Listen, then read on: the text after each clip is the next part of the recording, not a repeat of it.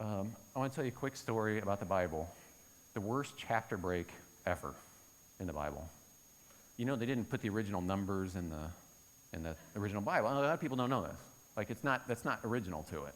And sometimes they destroy the story with these numbers. It's not like in 16, for God so loved the world. That's not what Jesus was saying. He didn't work those numbers in. There's an event that happens. Nobody puts this together. Jesus is about to be crucified.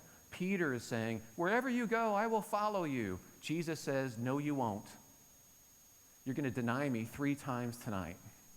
And when I bring this up because, and this is something I wish I could talk about for a long time with people individually and all of us together, I struggle with thinking God loves me. Like, I'm talking about Jesus all the time on the air, and I still have a dirty mind. I'm doing all this religious stuff, and I have people call and say, you're such a great man of God. And I think there's something numbing about it, because I know I'm not. And I think I have a hard time because of that, and I suspect most of us in this room do, actually really believe that God loves us all the way through.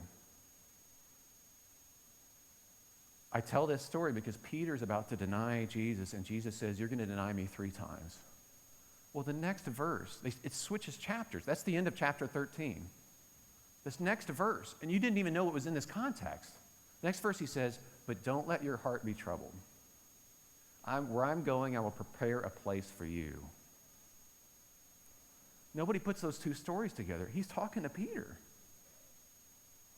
And he says, you're going to deny me. You're my best friend. You're going to deny me 3 times, but don't let your heart be troubled.